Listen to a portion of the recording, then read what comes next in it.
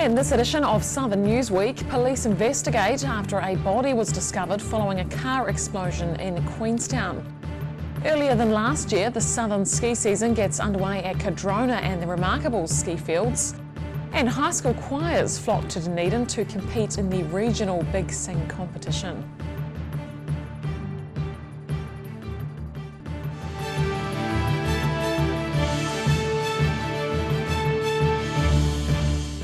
Kia ora, I'm Holly Buchanan.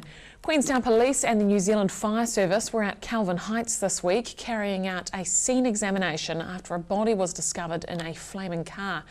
Police, including members of the Armed Offenders Squad, swarmed the suburb after reports of the explosion in Jardine Park at 9:30 on Tuesday night. The burnt-out Nissan Primera station wagon in which Christchurch man Kurt Sturgis died last night was still in Jardine Park this morning.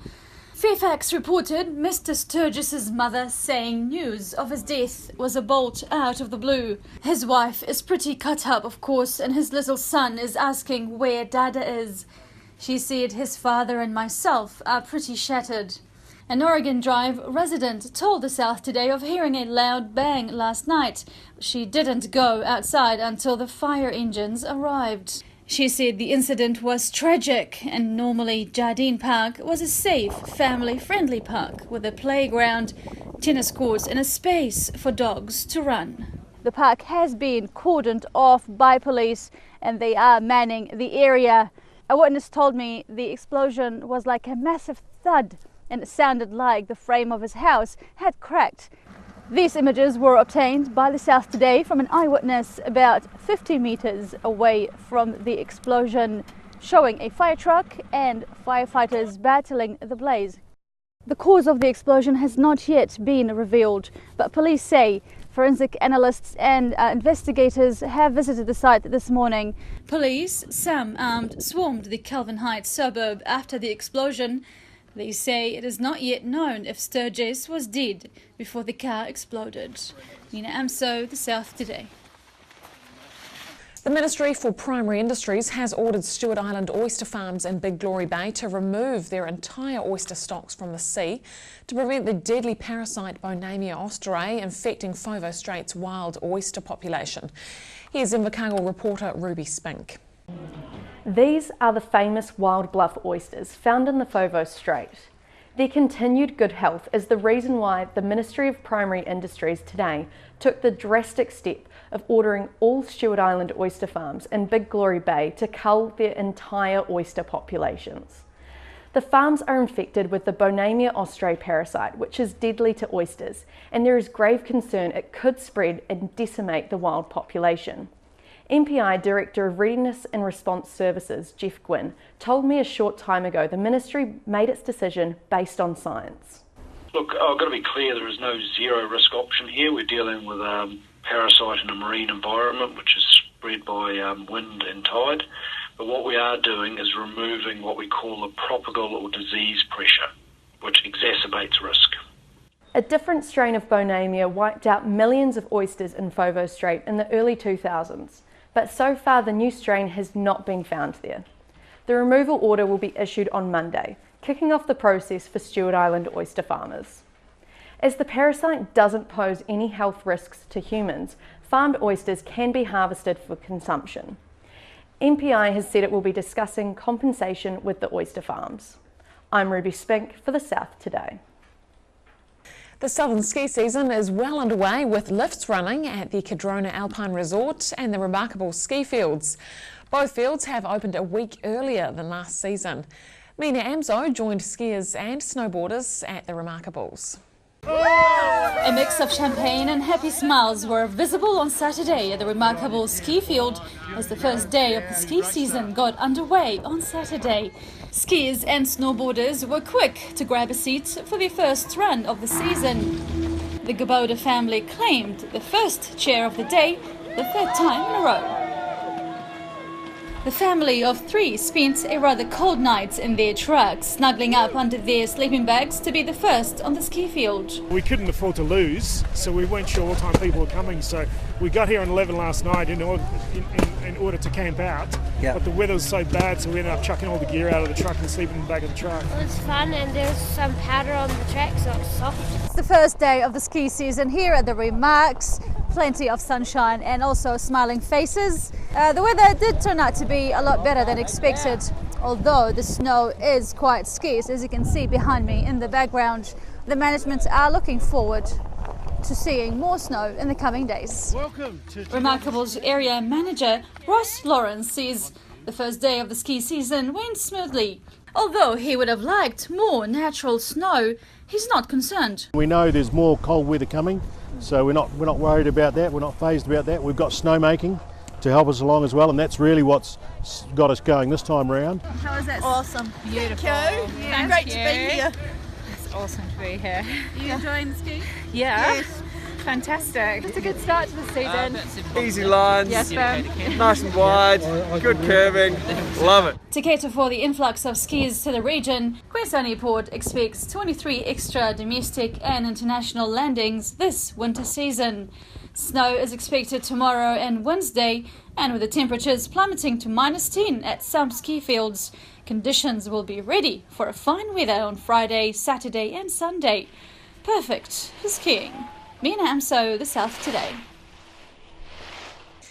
2 years on from the South Dunedin floods, a public meeting was held this week. The aim of the meeting was to ascertain the state of South Dunedin around the anniversary of the event. 2 years on from the devastating South Dunedin floods, last night's meeting, called by the South Dunedin Action Group, was well attended, with many residents wanting answers from representatives of both the Dunedin City and Otago Regional Councils. The DCC's Chris Henderson told those gathered the council is not looking at a managed retreat from South Dunedin. In Dunedin, we're not planning any wholesale retreat. Part of the future planning might be that we need to change some of the areas of land use out there so that we can actually create areas that are designed to deal with rising sea level. There need to changes like that are quite some time away, and they'll involve a lot of community engagement and what those solutions are going to be. He says the DCC has been active in the 2 years since the event, including a revamp of the Portobello Road mud tanks. That work has been completed, so now we're moving on to the second phase of the project, which is we've integrated all our hydraulic models for the South Dunedin catchment and the surrounding hills, and created an integrated catchment management plan. Nick Orbell of the South Dunedin Stakeholders Group shared information predating the floods. And that group has set itself priorities of social wellbeing, economic wellbeing, and also including adaptation to change. So they didn't start from the point of looking at the flood type issues or anything else in environment, whether it's changing now or may change in the future. We wanted to strengthen communities in our everyday lives, starting now. The council's Joy Gunn told the meeting their staff are unable to provide the full report, as requested by the meeting's organisers. However, she says no decisions will be made about the future of South Dunedin without full consultation with residents, many of whom had questions to put to council staff, ranging from decisions on the hub to an expert question regarding the Portobello Road pumping station. When are they going to stop putting the water through the old Caversham tunnel? I've talked to Andrew Sims, who is the boss out at Brent Island Sewage Works in Mosgiel, and he says there's no reason why that water that was in the Kuiper stream couldn't have been processed and put out of Blackie. The meeting was chaired by former Member of Parliament, the Honourable Stan Roger. Current Dunedin South Member of Parliament Claire Curran says further sharing of ideas between all those working on the issue will help. Daryl Baser, The South Today. High school choirs congregated in Dunedin this week to take part in the Otago South Canterbury Regional Big Sing competition at the Dunedin Town Hall.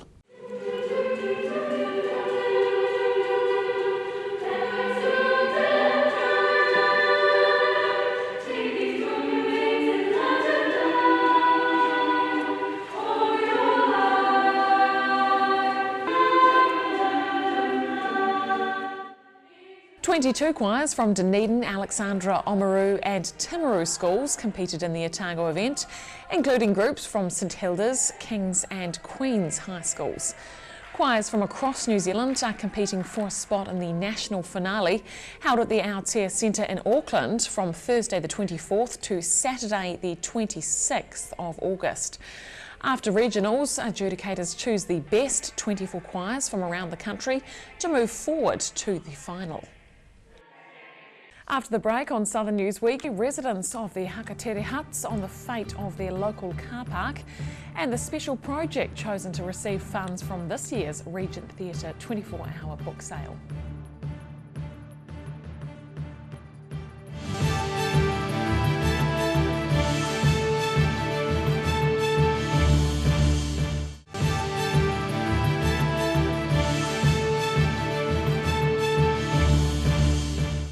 Welcome back. Residents of the Hakatere Hut settlement are resigned to the fate of their local car park. They say it's just nature taking its course. The South Today's John Keast has the details.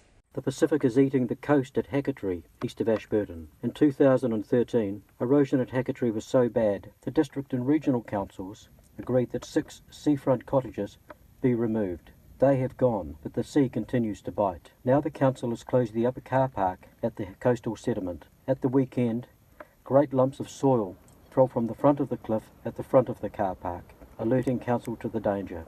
Erosion is nothing new at Hakatere, with metres of land disappearing over the decades. In 2013, residents petitioned council to voice concerns about the problem. They wanted the council to put concrete slabs there, but that never happened. Over many decades, residents past and present have put tyres, lumps of concrete and railway iron in the sea's path, but the sea ignored the barriers. The land on which coastal homes at Hakatere sit is owned by the council, and the Ashburton River runs just south of the settlement. John Keast, The South Today. An Otago Peninsula resident is counting his blessings after his yacht was left undamaged when it was swept onto rocks at Raw Bay during Tuesday night's stormy conditions. Guy Gary says he was called by neighbours advising him his yacht Lily B had run aground on the beach below Sandpiper Street overnight. Gary says his steel-hulled yacht is undamaged. His wife Christine says the yacht has since refloated at high tide with no problem. She praises the Coast Guard for its assistance. Dunedin has recently enjoyed the 37th annual Regent Theatre 24-hour book sale. As with previous years, there was a special project that funds were being raised for. The 37th running of the Regent 24-hour book sale attracted bibliophiles to try and find that special book, or in some cases, many special books. Organisers say more than $63,000 was raised for the theatre. Alison Cunningham has been at the helm of the organising team for many years and outlines what this year's funding was going toward. But this year we're hoping to be able to buy a waterfall curtain for the theatre, which is that kind of ruched curtain that used to drop in front of the film screen in the old days when this was a movie house rather than a theatre. The sale ran from noon on Friday to noon on Saturday. Cunningham says it was similar to other years, however the first 12 hours of the sale was busier and there was strong demand for New Zealand non-fiction books. Alison Cunningham says about 100 volunteers helped out with various aspects of the event. Daryl Baser, The South Today. After the break on Southern Newsweek, a fabric artist celebrates her longevity with an exhibition, and a Timaru couple reflect on 55 years together and share their secret to a long and happy marriage.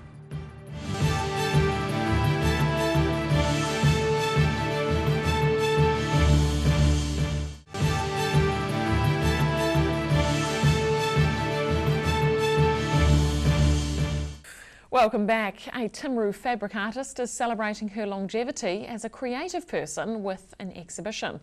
The 89-year-old credits the practice of creating art with fabric as one of the things keeping her moving. The South Today's Timaru reporter Rachel Comer picks up the thread. Una Landreth is exhibiting her fibre art at Arthur Street Kitchen this month. The sprightly 89-year-old can reel off a list of reasons why art is good for her. So it's out of my comfort zone and trying something new and putting it out in the public too. So that's been quite an experience for me. She's been a dedicated fibre artist for the past 20 years, but says sewing has always been something she does, stretching as far back as her wedding day. But I'd also been sewing for my family way back as a young bride. Everybody in those days made their own clothes, and that was a good start. My mother made toys for the war effort in the 1940s. She's exhibited her patchwork twice in Dunedin galleries and sells her work overseas. Una Landreth says getting out and about in the community to buy fabrics is a bonus. Resourcing fabric between Ashburton and Oamaru, there's some good shops, and that keeps up my driving skills and takes me out and about to the local population and seeing what's going on. One of the techniques she uses is called tessellation, where tiles are closely fitted together in a repeat pattern. This will be her second exhibition at Timaru's Arthur Street Kitchen and is on until the end of June. Rachel Comer, The South Today. A replacement memento of a late Tarras sporting great is with his family after the original was destroyed in a house fire. At the Tarras Rugby Ground, Upper Clutha captain Ben Purvis was presented with a replacement All Blacks cap for his father Neil, who died in 2008. Neil Purvis played 14 games for the All Blacks in 1976, including a test against Ireland. The Purvis family homestead was destroyed in a fire last August. Neil Purvis's cap was destroyed along with other rugby memorabilia. The ceremony was held before a clash between Upper Clutha and Arrowtown for the Neil Purvis Memorial Shield. Arrowtown won 32-26. Puppies will take over part of the Otago Polytechnic campus on Puppy Love Day next week. For the first time ever, the Polytechnic is offering dogs to help de-stress students during the tense exam period. These puppies could hold the key to keeping stressed out students calm during exams.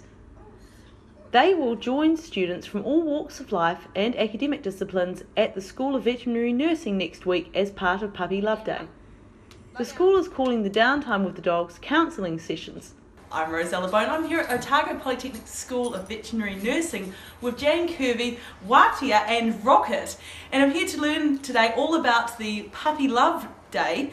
Can you tell me, Jane, just a little bit about this program? Yeah, sure. So we're having Puppy Love Day in the hub here at Polytech on Wednesday the 21st of June at 1 p.m. It's for our students to come over and get some pets from all our lovely pooches. We've got about 6 to 8 dogs attending, and it's just for the students here to come and have a pet and get some love from the puppies and a bit of doggy de-stressing. It also helps the animals, many of which come from difficult backgrounds. Socialisation is massive with dogs. You have to socialise them and exercise them, and they love it. They get so excited to meet new people. He was at one of the local vets here. He's 12 next month.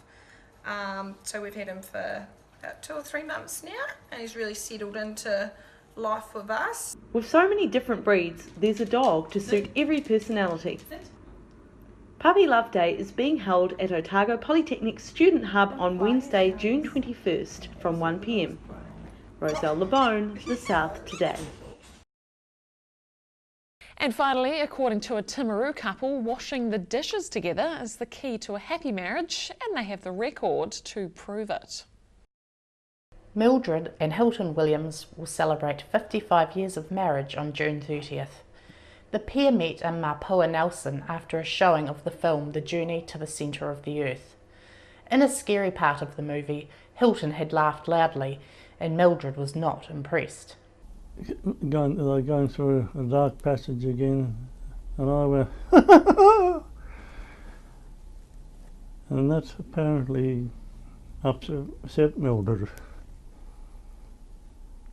And she put her coat over her head, she said, and said, if I ever catch that fella, I'll wring your neck. They met at a dance after the movie and their courtship began. In 1978, they settled in Timaru. Hilton spent his working life in the building industry, working on several wharves throughout the country. The couple say cooperation is a key part of their married life, and they regularly wash the dishes together. Mildred says the pair have a strong faith and a love of life. Rachel Comer, The South Today. And that's it for this edition of Southern Newsweek. Get online and check us out on Facebook, YouTube and Twitter, or you can keep up with Southern News via our website, channel39.co.nz. I'm Holly Buchanan. Thanks for watching.